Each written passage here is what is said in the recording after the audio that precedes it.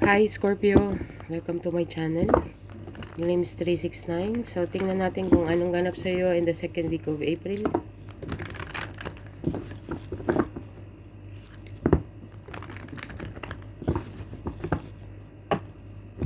Second week of April, past, present, and future, maaaring naganap na, magaganap pa lang, or kasalukuyang nagaganap. Okay? Either way, maaaring energy mo or energy ng taong connected sa iyo. Okay. Meron kang Ace of Wands. Two of Fire. Planning ahead.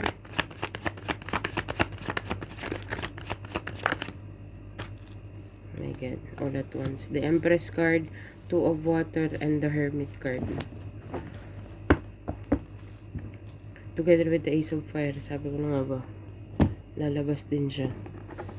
So, sana nakikita nyo ang card. So, Two of Fire. Meron kang plano dito. Okay. Hermit card and the Empress card. Two of Water. This is Two of Cups. So, kung nagpaplano ka to come towards someone, this is a love reading, I think, because we have the Empress, the Two of Water, the Hermit card, and the Two of Fire, and the Ace of Fire. Like, are you kidding me? Together with the Ace of Cups and the Justice card. I don't know what you are doing behind the scene, Scorpio, but I think this is tremendous. I can say that. Okay.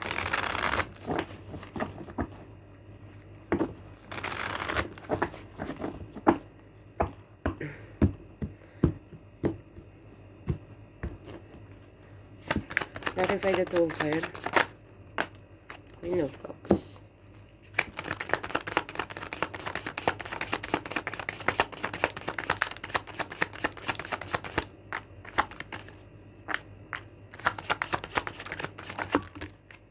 Two of Cups, Six of Pentacles, at saka Five of Wands. Ay, Five of Swords. There's a drama. Sino mag-focus ng drama dito? Eight of... Oh my God. Eight of Pentacles, Ace of Swords, saka Six of Cups. Clarify the Two of Water.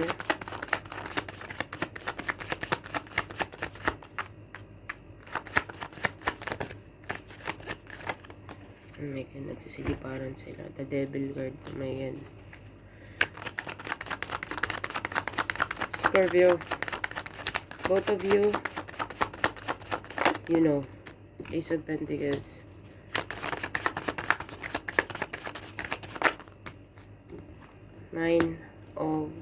Eight of Swords, Nine of Swords to the, yun lang.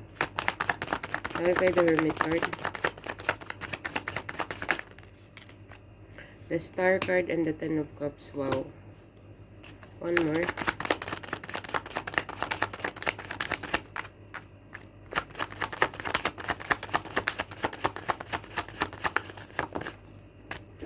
Page of Cups in the reverse. King of Cups. Meron na tayong couple card dito. Meron tayong Queen of Cups at saka King of Cups at the bottom of the deck. So, meron kang Ace of Wands. Overall energy. So, Scorpio, sa nakikita ko dito, with the Two of Fire, nagpaplano ka. You are planning of what? Planning about this Queen of Cups. Gonna spend your time. Five of Pentacles is all about giving. It's all about generosity card. Generous of what? Generous energetically. Generous ng time, generous ng financial. Basta all about generosity. Okay. So with the Two of Fire, if you are planning ahead to come towards this person, or maybe this person is planning to come towards you, you are going to both spend time together. Okay. This is what I'm seeing here. 6 plus 5, 11. So maybe 11 hours you're going to spend the rest of the day. Or maybe for some of you, Five of Swords is all about confrontation. There's gonna be a confrontation that's going to take place here. What else? Knight of Pentacles. There is an apology actually. But there is dalawang knight ang nandito. Knight of Cups at saka Knight of Pentacles. So, both of this card is like an apology and parang kinakarisma niya or maybe ikaw ang magkakarisma sa kanya. But there is an apology coming in here because there is going to be a confrontation is going to take place. Merong kumprontahan dito. Once na mag-meet kayo or maybe you are planning to meet this person, for sure, ang lahat ng oras nyo is all about confrontation, okay, and apology at the same time. But there is a romantic something there. Spicy kind of thing. Okay. Yes, there is a communication is going to take place. Communication and action. But with the King of Swords, someone here is gonna be strategic about their communication. Meron ditong utakan ng galawan. Pero the another person is all about emotion. Okay.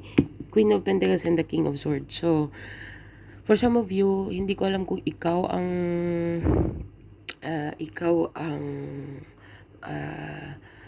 very sharp ka sa communication mo, napaka-smart ng mga sagot mo, napaka-smart ng mga communication mo, or maybe the other person. Okay. And the another person is all about emotion. Okay. It's all about communicating. Sinasabi niya kung anong nararamdaman niya, sinasabi niya kung anong pakiramdam niya sa'yo, sinasabi niya kung ano yung mga na-feel niya. Okay, so yun ang mga nakita ko sa first row. Kung ikaw ay nagbabalak to kung ikaw ay nagbabalak na mag-move to kung ikaw ang nagbabalak na pumunta sa taong to or itong taong to ang nagbabalak pumunta sa iyo, either way, merong communication na magte-take place. There is a sweetness there. There is a loving here. Okay, together with the Ace of Wands at the bottom of the deck. So yun nakikita ko sa first row, Scorpio. Together with the Empress card. Empress card, 8 of Pentacles, Ace of Swords, saka 6 of Cups. The Empress card, if this is not you, Scorpio, or maybe this is you, either way, I think, there's about the work. Merong new ideas dito about the work, okay. Hindi ko alam kung boss mo to or maybe, tell me more, but this is about you. This person, the Empress card is all about your past. Okay, this is a past person. Oh, the Lovers, I'm sorry. With the Queen of Pentacles, someone here is going to communicate, giving you ideas, Scorpio, or maybe you're going to communicate with someone and giving this person an idea. Okay. 3, the Empress is number 3. It's all about communication. Okay. Merong may magko-communicate sa'yo dito. A-advisean ka nito to the max.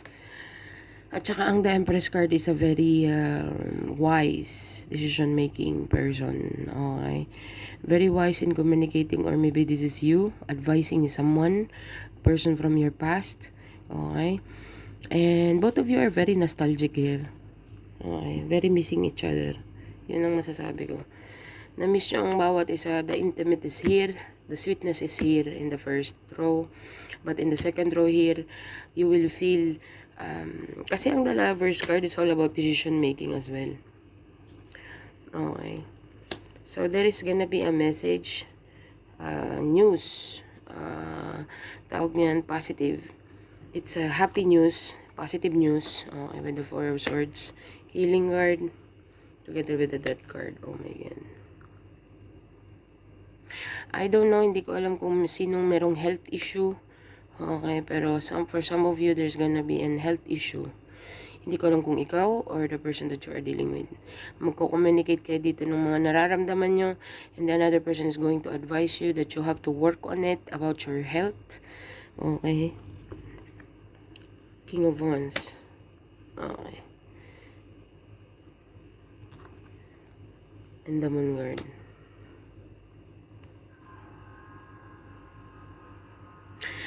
Meron akong scenario na nakikita dito, Scorpio. Hindi ko alam kung connected ka on someone as well. But it will resurface. Okay. It will resurface. King of Pentacles. Kasi bakit ko nasabi yan? Dami mong tao dito, brad. Merong King of Wands saka King of Pentacles dito na hidden. But I think with the Death card at saka Four of Wands, ay Four of Swords, magko-contemplate ka dito, magkakaroon ka ng epiphany with the Ace of Swords. Okay, so that's why it makes sense bakit tayo merong Lovers dito. You need to make a decision on something. Hindi ko alam kung ikaw ang dapat gumawa ng decision or the another person. But there is something hidden here with another person. I don't know, hindi ko alam kung aware ka na Please clarify more. I-clarify ko pa ng marami. 7 of Cups. So, confused ka na or maybe the another person is confused about this another person. There is gonna be a fight. Hindi ko alam kung magkakabistuhan kayo dito, pero sa second row, the Empress card, if you are embodying the Empress card, kung ikaw ang nag-i-embody ng Empress card, Scorpio, alam mo sa sarili mo yan. Okay, at wala kang ginagawa behind the scene, you know. Pero kung ikaw ay may third party, Scorpio, this another person will know. Malalaman niya kung anong ginagawa mo behind the scene. I think, i-communicate mo naman dito kung meron kang something. Diba? But it is gonna be a fight. It is a fight. Okay. Kasi bakit makikipag-away yung another person? Kasi yung another person is confused. Okay. So, ang makikita ko lang dito is you need to communicate on something. Kaya siguro kung magte-take place tong communication na to, halimbawa magkikita kayong dalawa, magte-take place tong communication na to, the another person is going to notice something. Mahuhuli mo to sa sarili niyang bibig. Okay. Kaya ka magkakaroon ng King of Swords mode. Okay, so in this second row, meron akong health issue na nakikita, meron akong mga revealing na nakikita, okay, meron din akong mga secrets na nandito, okay, sa second row, sa baba na underneath ng Empress. So, kung itong Empress nito is aware sa mga pinagkagagawa mo behind the scene, or maybe you are aware, I mean, aware ka na meron tong ginagawa sa iyo behind the scene, you are confused but you are going to talk. Magko-communicate ka dito, pero ano to, away to eh.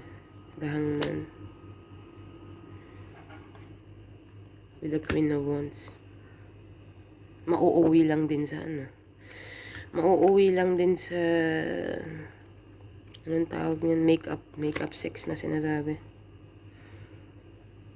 Queen of Wands with the Hangman. Mag-aaway kayo, medyo magbabangayan kayo ng konti, pero mauuwi din sa makeup sex. Yun ang nakikita ko dito. Merong advice dito na magte-take place regarding sa trabaho or regarding sa idea na kailangan trabahuin. Okay. So, with the third card, Two of Water. Two of Water is all about Two of Cups. Okay, so the Devil card and the Ace of... Paras kayong obsessed. Two of Cups is not a one-sided card. Two of Cups is both of you. Okay. Both of you is emotionally connected, obsessed to each other, like obsessed about this new beginning, this new opportunity, being together. Nagets mo ko, Scorpio. Iti-take advantage mo to, being with this person. But for some reason, I don't know, meron ditong hindi makatulog, or both of you is hindi matutulog. Stuck kayo sa isa't isa. Hindi ko alam kung mag-uusap kayo ng mga plano about the future or something. Yun ang nakikita ko dito with the Four of Cups. But some of you gonna turn down the offer. I think merong rejection dito. Yeah, for sure. Merong offer dito, pero yung hindi ko alam kung ikaw ang mag-o-offer na itong taong to hindi satisfied, or maybe the another person is going to offer you something tapos hindi ka satisfied. Okay, so there is a rejection there. Maybe hindi naman siya rejection that to the max na rejection, but this person is going to feel rejected. Why? Because naiisip niya is bare minimum. Magbibigay ka lang sa kanya ng bare minimum, or maybe naiisip mo is bibigyan ka lang niya ng bare minimum. So, hindi naman siya sasagot ng ayoko, pero ganun pa rin. Okay. Merong rejection ng offer dito. Yun ang nakikita ko with the Justice card. Justice card and the Two of Wands. Okay.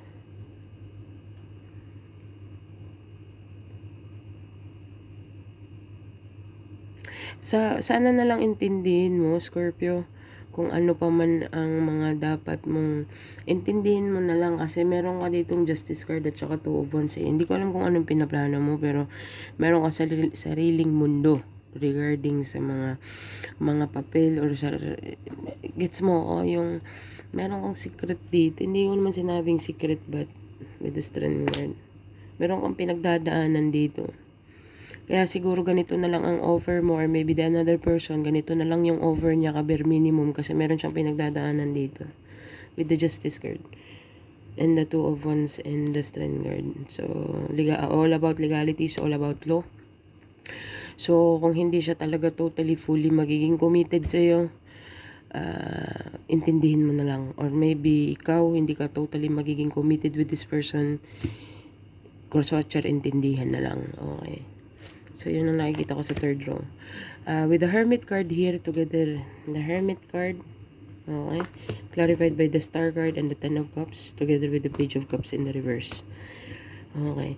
This is not an illusion anymore. Kasi ang Page of Cups ko is a crush card. Okay. It's a dreamy card.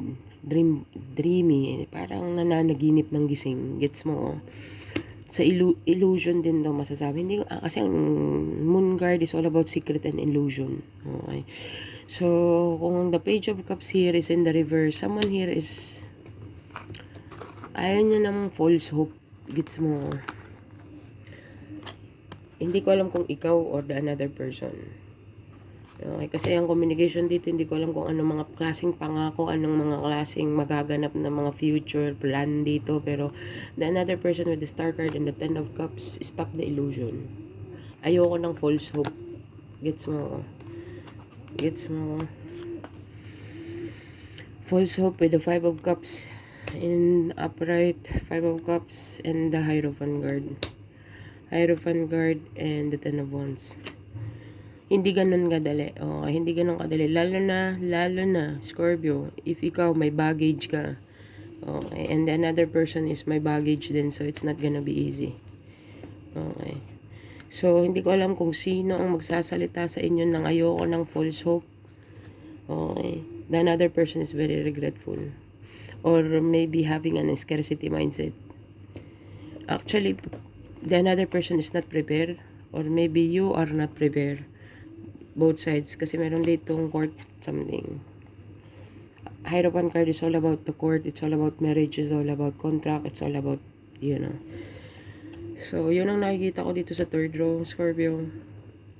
These takeouts resonate either way to, Hindi ko alam kung pero meron tayong couple card, napakalakas. Napakalakas ng couple card dito, tsaka Two of Cups, the Empress card.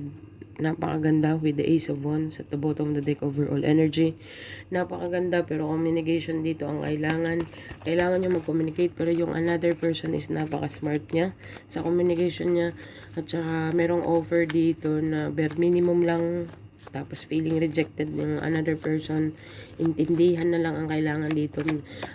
Pangmalawakang pag-intindi. Okay?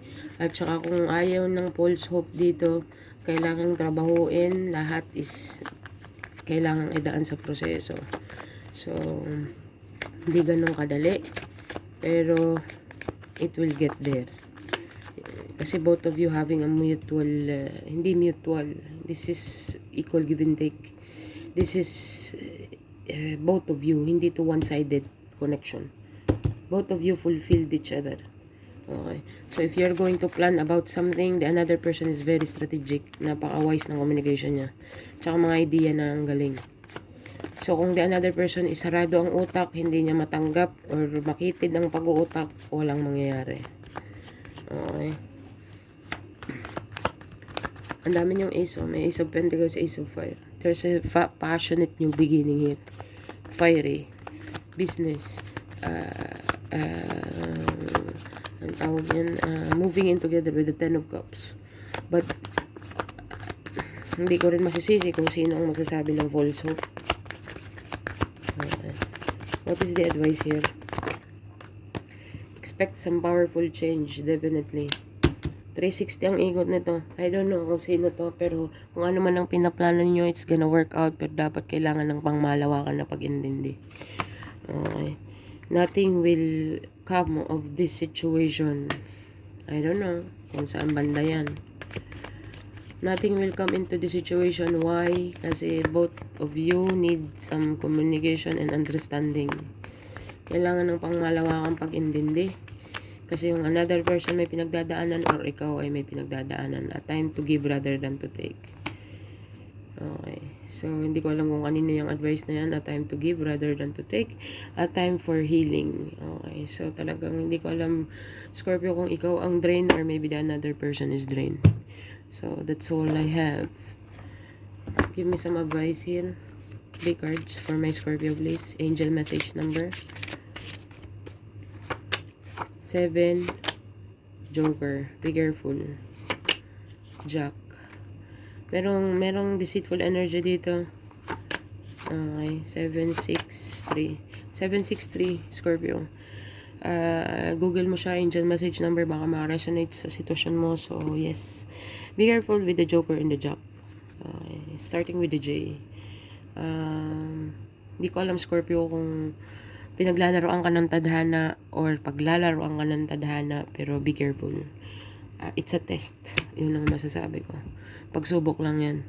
Pero tinitingnan lang kung hanggang saan ang level ng karakter mo.